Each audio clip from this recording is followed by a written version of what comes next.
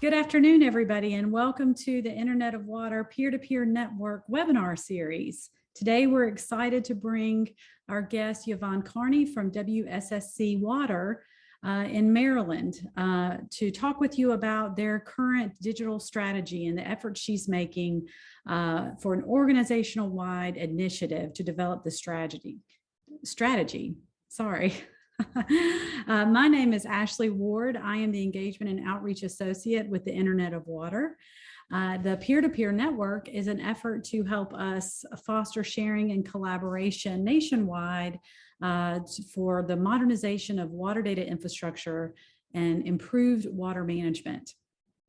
So just a few housekeeping rules before we get started and I introduce our guest today. I wanted to remind everybody that we're going to be recording today's webinar. Both the slides and this recording will be available to you after the webinar and on our website. For those of you who have registered for the webinar, you should receive an email that has the link. If you don't receive that email soon, be looking for that on our website and you'll get that soon.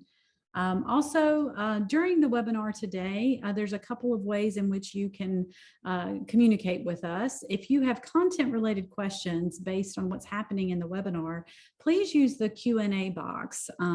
I'll be moderating the Q&A, and at the end of the presentation, we'll make sure to go in and address everyone's questions. However, if you're having issues with Zoom or any kind of administrative question, please feel free to use the chat box and a member of our team will get right back to you and help you out. Okay, so let's get started. I am excited today to introduce Yvonne Carney from WSSC Water's Director of Strategic Performance. The WSSC Water provides water and wastewater to nearly 2 million, 1.8 million residents in Maryland of Prince George's and Montgomery County. Yvonne is responsible for facilitating the development and achievement of their strategic plan and champions the use of data and risk analysis to drive decision-making across the utility. Prior to this, she was the Director of Performance Improvement at the Washington Metropolitan Area Transit Authority in DC. She has a BA in English from the University of Houston and an MS in Community and Regional Planning from UT Austin. Certifications in project management, enterprise risk management, infrastructure asset management, and change management. So that's quite a set of credentials, Yvonne. So welcome today, and we are excited to have you. And I'm going to turn the slide sharing over to you without further ado and let you get started. Thank you all so much. Okay, thank you, Ashley, for the introduction. And I'm going to start sharing. And did I select the right screen share? You're in the, nope, you're in the one. We were hoping I would get it right. Let's see. The box is kind of moved around.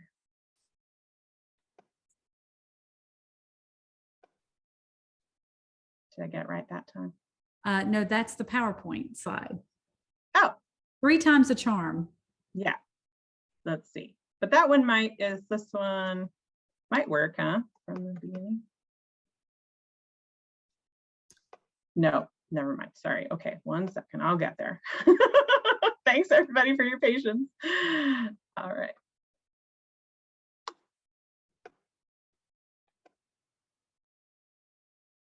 Perfect.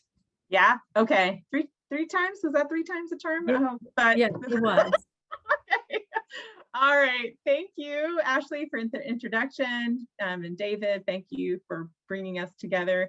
I'm delighted to be here today. I was introduced to the Internet of Water through participation in a panel at a utility conference in November, I believe, and a fellow panelist was representing Internet of Water and was very excited to hear about the mission of this movement here to help water use data to improve outcomes. And so I'm going to share a little bit about our story, our data story at WSSC Water, some things that we've learned along the way, but I think the audience today and those have been participating in this movement, you've learned a lot. And so I also look forward to future participation in this series to learn from you all as well. So, let's see, let me share. And am I advancing my slides or? No, it's still on the first slide. Oh, okay, 1 second.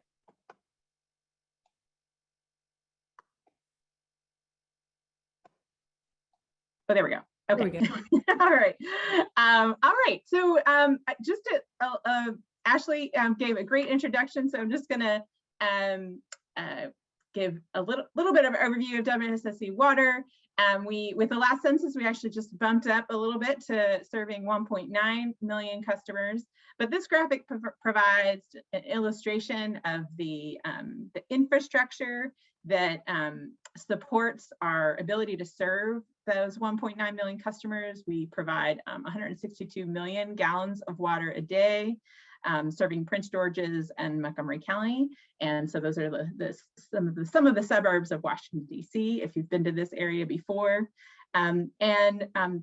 This infrastructure is the infrastructure that enables us to provide safe and reliable water and return water to our environment. So just to highlight a few things, we have over 11,000 miles of pipe, about half and half between water and sewer.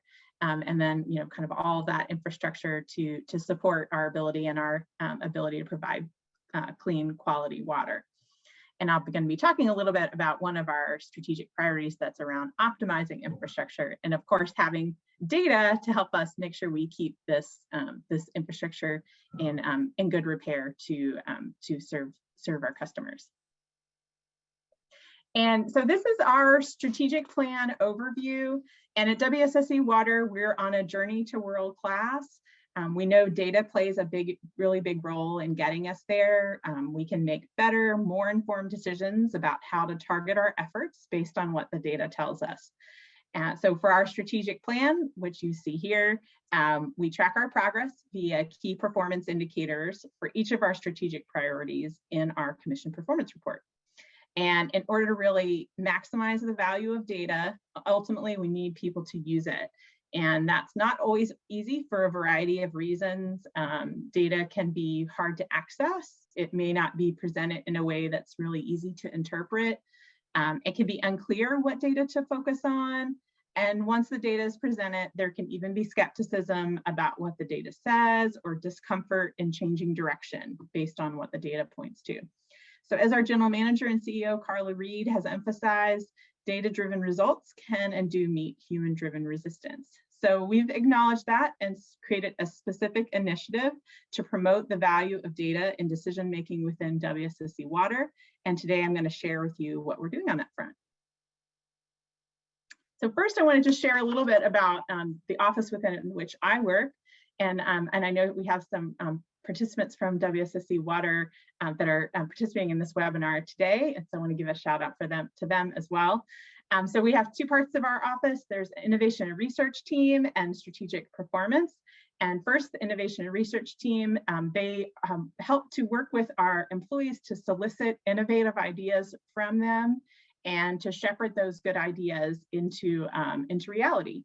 And so that includes working with them to advance, testing out that idea. So that's where research comes in. We have a scientist on staff. And then sometimes those good ideas can even be monetized. And so we have a business developer that works on that in that area as well. And so this is all around help soliciting out of our staff some of the business challenges they're facing, and looking at opportunities to either use technology, which can be technology such as new physical tools, or it could be technology as in data to enable resolution or resolving and addressing that business challenge. And then the other part of our team is strategic performance. That's the team that I lead. And we're focused on encouraging data and risk-informed decisions to achieve our strategic plan. So we're working on strategic planning, facilitating our senior leaders to identify the strategic initiatives that'll guide us over the next few years, and then measuring our progress, communicating progress, making sure that we're kind of on track. And then right now we're in the process of updating that. So soliciting a lot of feedback from stakeholders to feed into that plan. The next piece is enterprise risk management. So sort of like looking out what could impede our ability to achieve our objectives in our strategic plan, and developing risk mitigation plans. And then what I'm talking about more so in this presentation is around strategic analytics and the data to help support our good decision making in our organization. So here, this is some examples of some things I'm going to talk about in this presentation. So these are activities underway where we have been using data to drive our decisions, and in each of these trying to illustrate how the value of data, and I know that's something that the Internet of Water is really working on as a collective, and so I hope some of these will be illustrative to help illustrate how one utility, our utility, is using data and wants to use data more to drive decisions and add value to the organization and to our customers.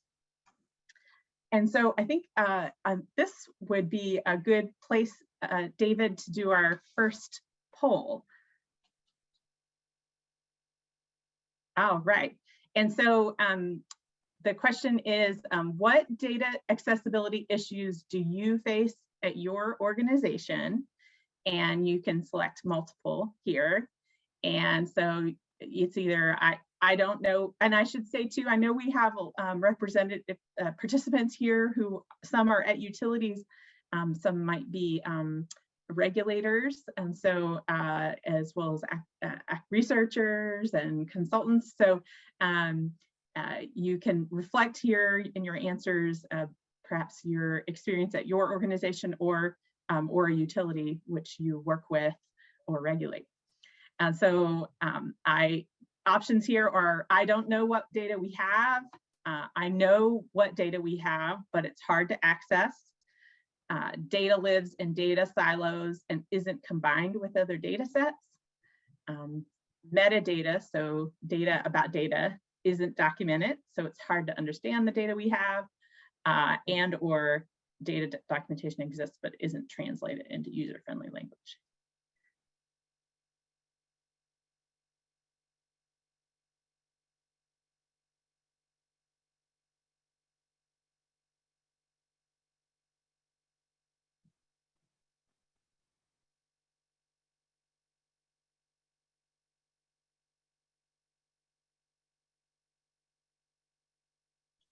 All right, so David, do we wait a minute or do the results come up?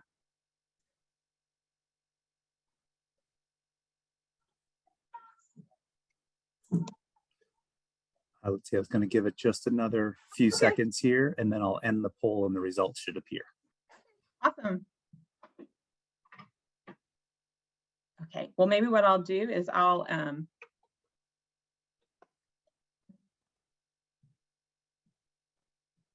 all right, so I'm going to start talking about some of the things that we're doing at WSSC Water, and then when the oh, here we go. All right, okay, all right.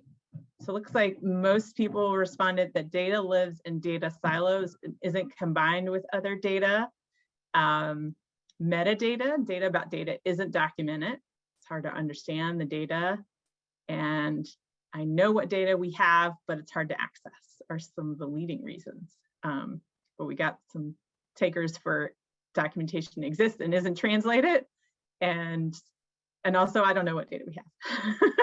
So it sounds like people can relate to all of these, but data silos was kind of one of the leading issues. So great, well, that's good to know, and I can kind of touch on that a little bit more what I'm going to talk about. So great, thank you.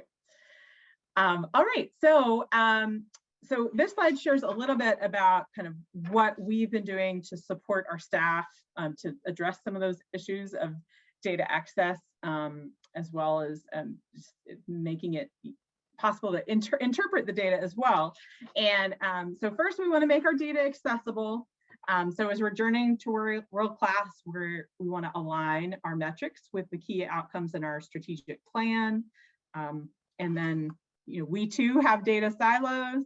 And so we are building an enterprise data mart. I'm going to talk a little bit about that in this presentation so we can bring data together.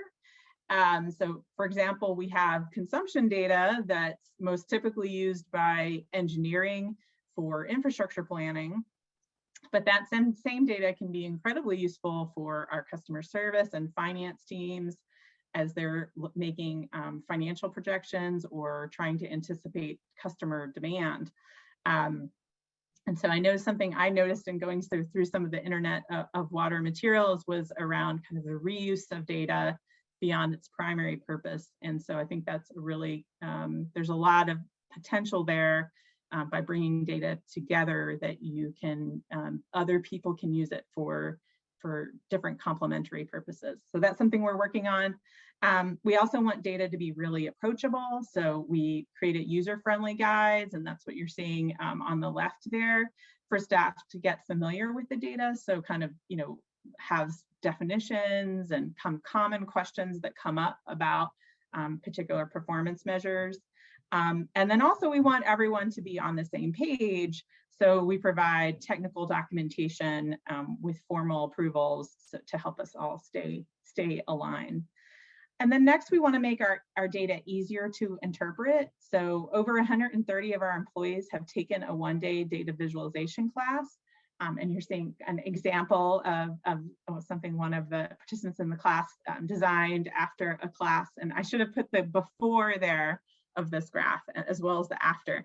But the idea is that, for a chart to be effective, it must convey a specific message. And it's important to highlight the relevant information and craft a compelling story around the data, which is sometimes a different skill set and not something everyone has familiarity with that step in the process, which is ultimately so important to our decision makers using the data. And we're aiming to get the data out of spreadsheets and into stakeholders' hands. We've also provided training on analysis tools like Excel and Microsoft Power BI to encourage self-service analytics within departments. And then last year we launched a data community, which is a community of over 100 staff are signed up for our data community. We have about 40 to 50 or so who attend our meetings each month. And that's a community where our employees can discuss data, share resources, learn from one another, participate in workshops, and also learn about our key performance indicators as well. And I'm going to talk a little bit more about that towards the end of this presentation. And so first, now I'm going to kind of delve into some of those examples of data, how data is being used within the organization, starting with a number of examples under optimized infrastructure. And many of these are initiatives that are coordinated by our innovation team. This first one, though,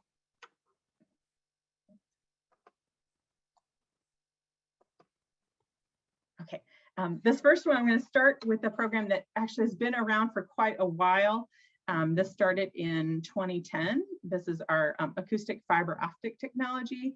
And I start with this one because I think it's one that really clearly demonstrates the value of data for a water utility. And with this technology, we lay fiber optic cables inside pre-stressed concrete cylinder pipes. The cable detects the sounds associated with wires that can break on the inside of these pipes.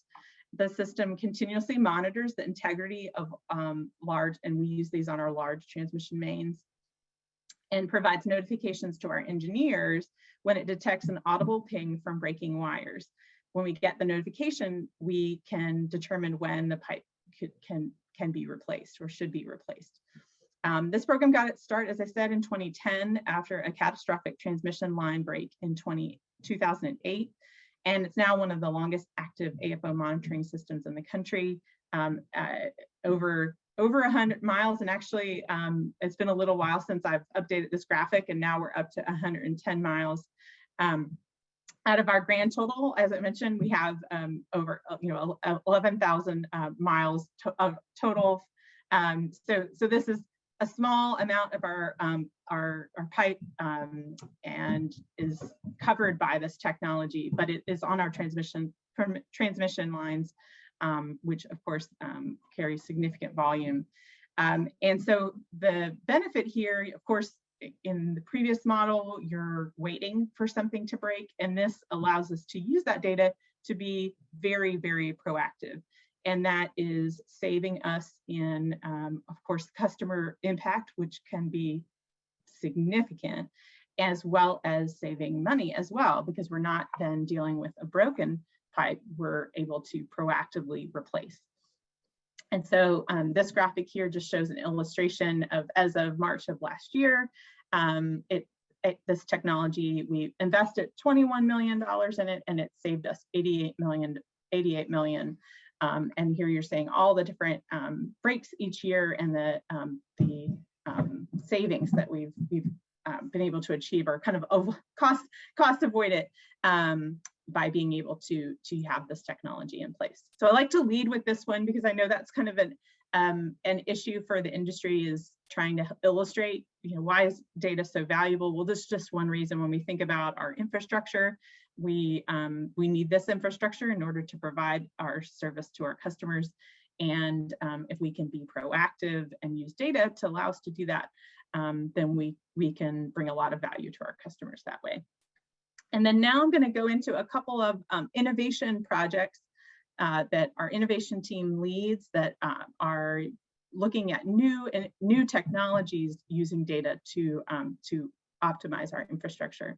So the first one is a sewer artificial intelligence, and we now kind of clean on a set schedule depending on the site. So every 3, 6, or 12 months, we want to use artificial intelligence to right size that, to do that when we need it versus on a set schedule.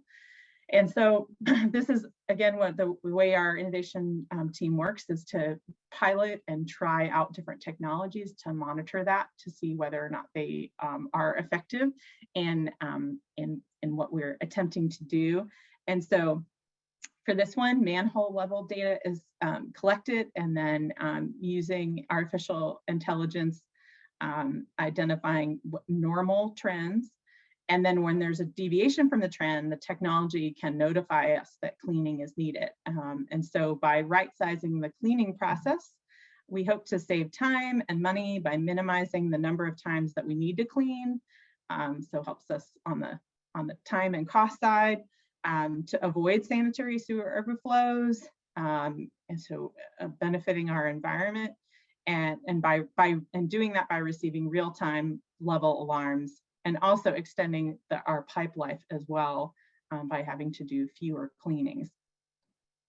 So that's what we're hoping to do, and this is these are some of the technologies that we just recently actually installed in December, and again, kind of trying out different technologies to see what's going to work. And then this is just an example from another utility, but just to illustrate what data can do for us.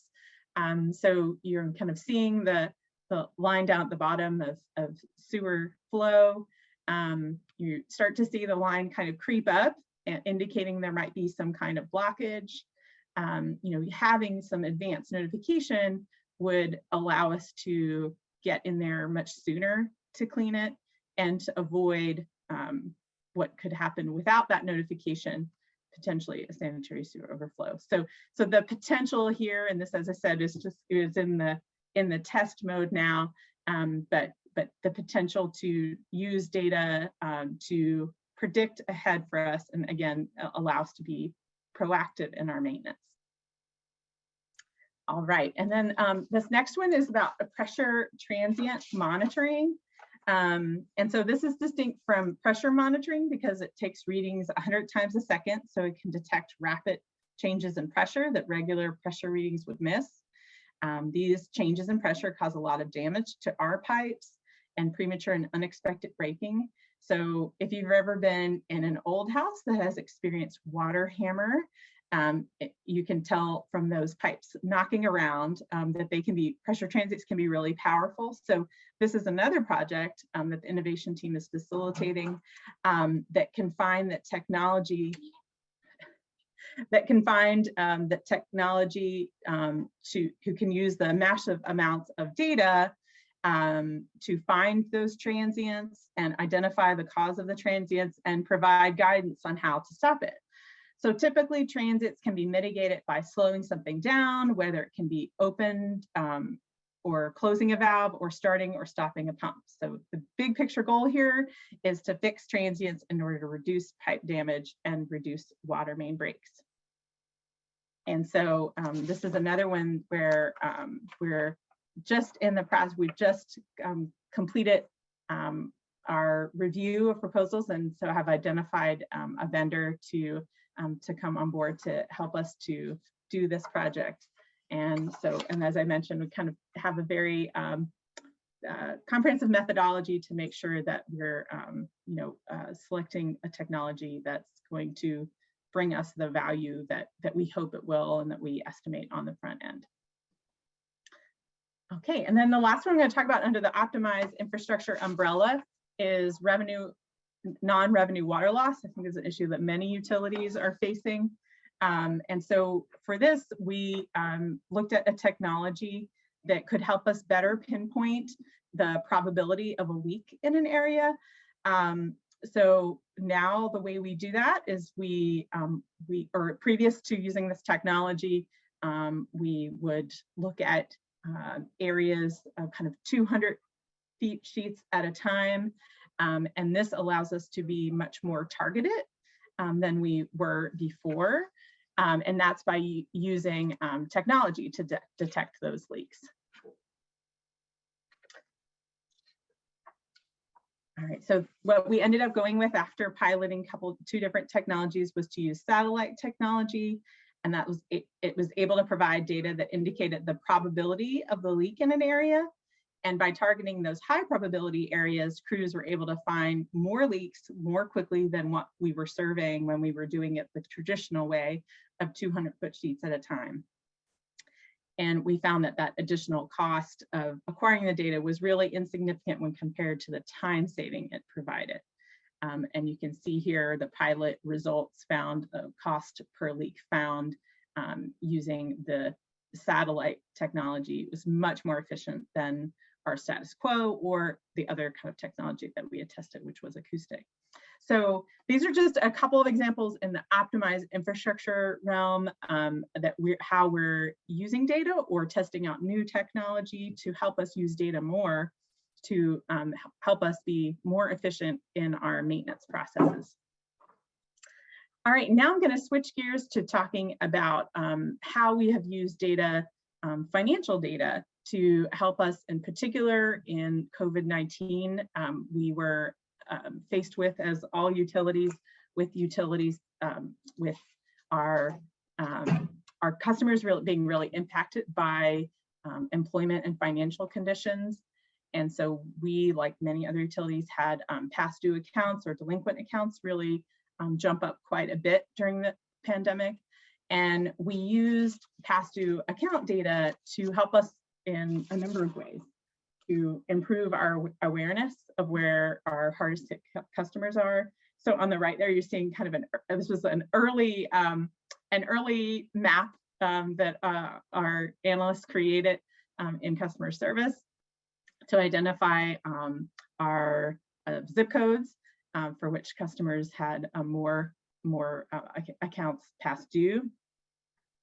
And it also helped to drive our outreach strategy to promote our financial assistance programs with elected officials, nonprofits, homeowners associations, and other groups. And then also to focus revenue recovery efforts by encouraging our customers to get on payment plans. And this, we had been in, when COVID hit, we were kind of in the midst of developing dashboards out of one of our relatively new systems. We had a new billing system that was implemented in 2019. So we'd already spent time with our senior leaders to define some high-level metrics and targets. So accounts past due was one of those. And because we'd already done some work, we were able to leverage that foundation to modify and pull in more data, either from the billing system about how long accounts were past due, pull in geographic breakdowns, payment plans, and other sources of data like unemployment as well. And so what you're seeing here is a dashboard that brings together those pieces of information, as well as on the right, dashboard and options to filter and create maps. And that information was used by our analysts to when we received questions from elected officials about what was the impact of COVID-19 on our customers' ability to pay within specific geographic areas. We then were able to produce those maps and to respond to customers, to elected officials' questions, as well as to target our outreach. Okay, and then I mentioned that I know in the first poll, people mentioned data silos. So I wanted to mention our enterprise data mart. And this is where we are being intentional about bringing data together in one place. We have probably not atypical for organizations, pulled data from one system and displayed that data in maybe one visualization tool. But we hadn't really before started to bring data together from different systems. And there's just a lot of value there in doing that. And we needed to do it in the case of this particular system because we had implemented three systems that were all integrated with one another. But to answer business questions, it was really from one department. It was really important that we kind of integrated the view across the different systems. So in this graphic, you're just kind of seeing an illustration of how that works. So on the left, you're seeing the acronyms there, but for our different elements of our billing system. And then of course, we need to keep IT security in mind. So we have steps that we take to make sure our data is secure. And then we stage that data. We do the transformations that are necessary to bring pieces of data together from different systems. And we've organized those into different categories that you're seeing under transform and combine. And then we have data consumers who can then use that data in different ways. So it doesn't necessarily just have to be what might have been one report out of one system before. Now you're able to access combined data that's coming out of multiple systems, and then use different tools to access that data and visualize the data. So that could be geographic information systems, GIS. It could be visualization tools like Microsoft Power BI. It could be a standard report. Some people, me too, I like Excel and to do my analysis there. But it I think helps to provide a lot more flexibility for using data more than once. And I know that's something I saw in some of the Internet of Water materials was that sometimes you won't even realize that that your data could have value to someone else. And so we're still talking about internal within the organization, but we have found that to be true, that by this combination of data, in the case I mentioned with showing geographic data, accounts past due with geography, then that provided this new and additional value to our stakeholders to be able to see that together, for example. All right, and then I'm just going to take a quick sip of water. One sec.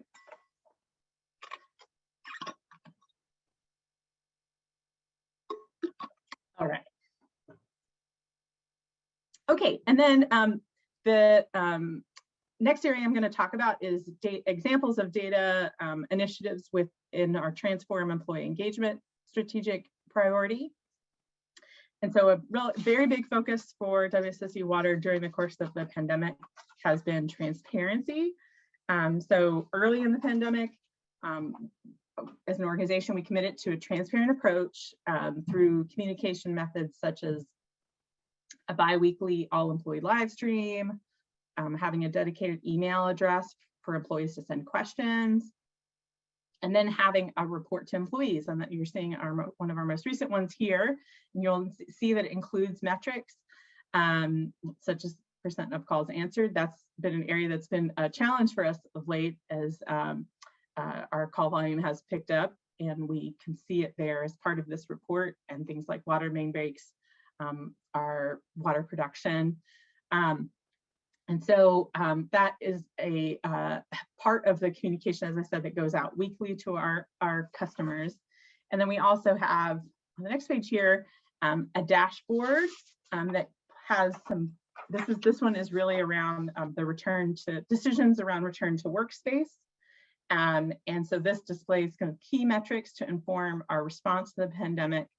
And you'll see here, as we're all living right now, this large spike of late, which this has been used a number of times to, as I said, kind of inform those decisions. So there was a decision to return to office, and in looking at these metrics, that was delayed, and that's happened kind of more than once through the course of the pandemic. But this has been a really great focusing point for the organization to be able to refer to these metrics. And we are pulling from some publicly available APIs available through state health department, as well as non-identifying information regarding both employee illness and vaccinations. So now, so that's been, as I said, kind of examples under 3 of our strategic priorities. I talked about optimizing infrastructure and how we use data to help us improve our maintenance practices and help us be more proactive. Talked about the use of financial data in responding to the pandemic.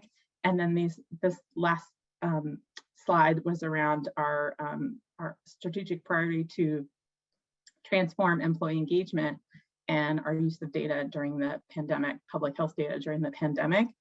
And so now we're going to take a moment to do another poll. And this question is, what strategies would you suggest to improve data adoption at your organization?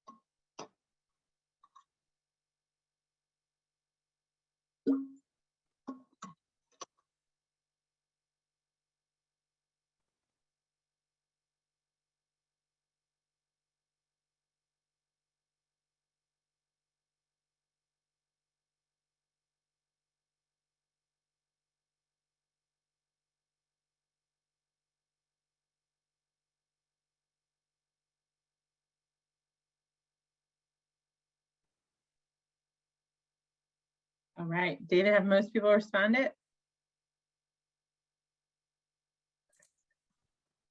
Yes, I think most folks have responded. I'll go ahead and share the results. Okay, cool.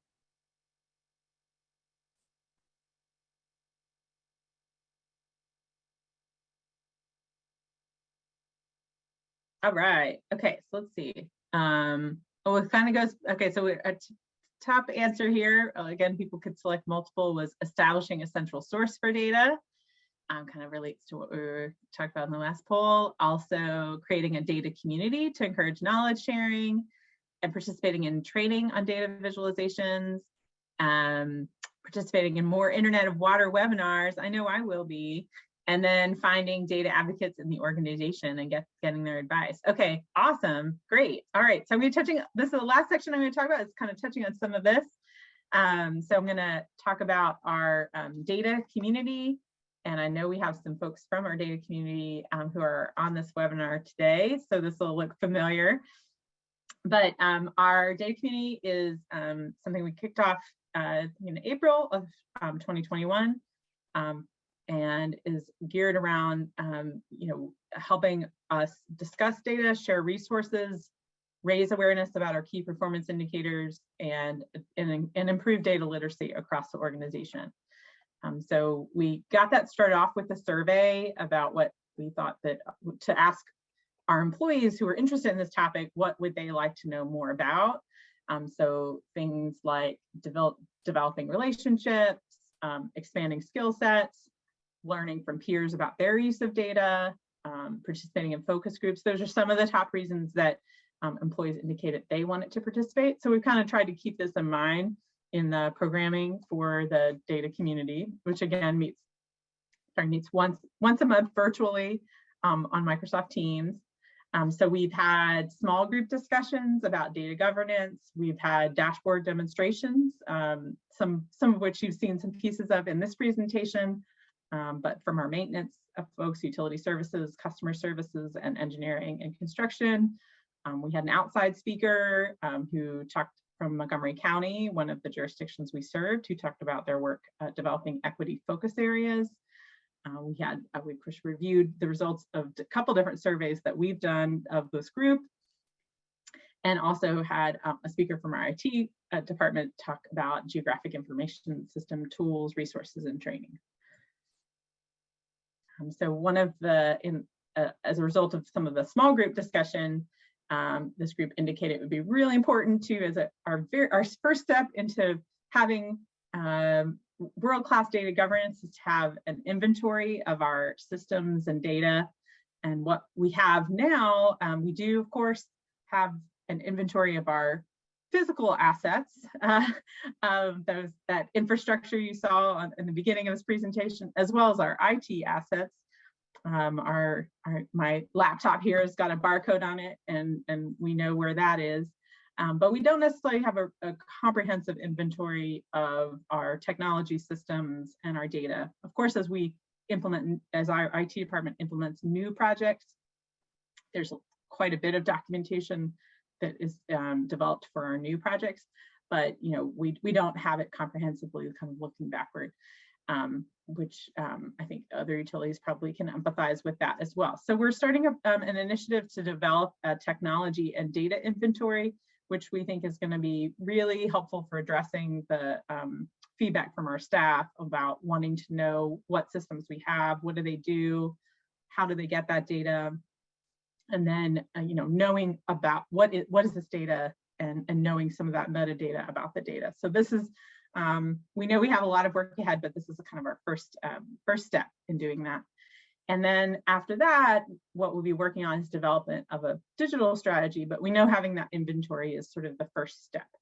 And that is, it all kind of lines back up to what I was talking about at the beginning with the strategic plan. But this helps us, a digital strategy helps us to align the technology resources, the systems and data that we're going to need to achieve the outcomes in our strategic plan. So what we expect to come out of this work is a high-level enterprise architecture, as well as a future state high-level data architecture. So just to wrap up, I've shared with you, as I said, a couple of examples of data initiatives within 3 of our strategic priorities.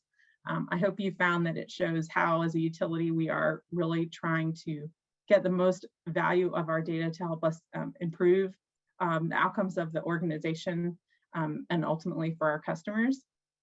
And I just have some final thoughts that it's a journey, and it's okay to start small. It's just, you're starting somewhere is good.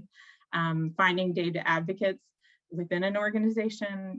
Many times there's people who have some strong and great ideas, about data and want it to be used more. And also, this is also outside of your organization. So Internet of Water, I'm very excited to know and participate more with this organization, for example. And then providing tools and resources to staff. We can have data, but if it's kind of locked away and we don't provide our staff ways to get at it and use it and interpret it and present it, then it doesn't get utilized. So I think providing those kind of tools and resources and support really goes a long way to improving the use of data in a water utility. And that is my last slide. So I hand it back over to Ashley. Well, thanks so much, Yvonne. That was fantastic. We do have some questions, and I hope we probably won't get to all of them in these 15 minutes. So we're going to do our best, though, and folks can also reach out to you to have a more direct conversation. But there is one question about the slides, and so just wanted to remind everyone that the slides and the video will be available after the webinar. All of you who registered for this webinar should receive an email. They will also, the links to them will also be placed on our website. So just to make sure we get that one taken care of. But so just to go back a little bit and to take sort of step back to the bigger picture of things, one of the things that the Internet of Water has been thinking about and working on, there's definitely, and as you've given such great examples, sort of technical solutions to some of the issues, but there's also this sort of social or behavioral side of, modernization of our data infrastructure. And you allude to it a little bit, particularly with regard to the data visualization training and the need to do that kind of stuff. But I was just wondering if you could say a few things about how you made the case, particularly with leadership, for maybe doing things differently. A lot of you certainly showed here some monetary incentives to doing it, but a lot of times those incentives aren't apparent ahead of time. It's something, you see after you implement some of these changes. So, I know that's something that a lot of our peer-to-peer network folks have talked about a lot, which is, how do we bridge this gap? It's not just a technology gap, right? It's also sort of a social behavioral gap about how we think about and use data. So I wanted to give you a moment to kind of respond to that. Yeah, absolutely. Well, I think it kind of that boils down to, what's in it for them. And so trying to find what is the value in data that might help that individual, and that's gonna be different for each person. I think why, as WSSC Water embarked on this, a few years before I arrived, there was a kind of a benchmarking analysis done of our organization. And I think out of that was identified that there was just a lot of opportunity with regard to data. And anytime you're doing benchmarking, you're trying to kind of gather data within your own organization to kind of see how you compare. And I think once it was found, there was a lot of really great insights. But I think getting their hands on that data at that time was maybe harder than it needed to be. And so I think that was part of the impetus behind that. Also in Maryland as a state, there's been a lot of focus on data. Previous governor had called a STAT program, and he had also been the mayor of Baltimore. And so I think there sort of is kind of part of the state government, and while we're kind of quasi, not quasi, we're not state, we're a bad county agency, but I think because there has been so much emphasis on data at the state level, I think that kind of carried over as an interest in our organization as well. But I think like in getting people to adopt and use it, it's kind of a one person at a time effort, I think, to find for them what they might find valuable. And for executives, it might be things like, I can get a quicker answer. I keep asking a question, say, and now I can get a quicker answer to that. Or is it something that maybe could help someone do their job a little bit easier and have to jump through less hoops? So I think it's like finding what in it for that person will help them and get value, and that'll be different for every person. Yeah, that kind of segues into the next question, which, I apologize if you covered this and I was, looking at the Q&A or something and missed this, but are you all seeing sort of employee, time savings from, using less siloed data, or from using, and that's one of the things that, we've often seen too, as, one of the benefits about, standardizing and modernizing data systems is the time that employees themselves internally save, and having to locate and then also clean and get data. Yeah. Yeah. So I'm just wondering Absolutely. if you all were thinking the same. I think, we're at the kind of beginnings of it. I think there's lots of opportunities for that. For even more of that. But like one example I could share that I touched on a little bit was the creation of maps to show past due accounts. So when analyst Nathan Shearer in customer service started this, he had to do that in a very manual way, but it was great that he did that, because he, came up with this concept and then, tested it out and then saw it. It was very insightful to show it that way. But we were able to automate that so that now, with a click of a drop down, he can just generate a map by any municipality or jurisdiction within our service area. So he doesn't have to do that manually. And so that's just one example, but I think there, and we're kind of at the beginning of our journey, but I think there's a lot more out there where we can save staff time. Okay, great. And so, so one person is asking if you're willing to share your email, and Yvonne, if you are, then when we send out, I'm happy to send that out when we send out the email, or we could probably drop it in the chat here in a few minutes, whichever you're comfortable doing. Yeah, either one's fine. Yeah. Okay. So I also wanted to, I'm just going to read this one question. Okay. So I don't miss anything. One of your viewers says, I'd love to hear anything you can share about the energy side of water and data. At the top of the presentation, your system graphic included wind turbines and solar panel images. How has collection and use of energy data informed operations and investments? And how much energy generation takes place on WSSC properties, and how much energy does WSSC generate?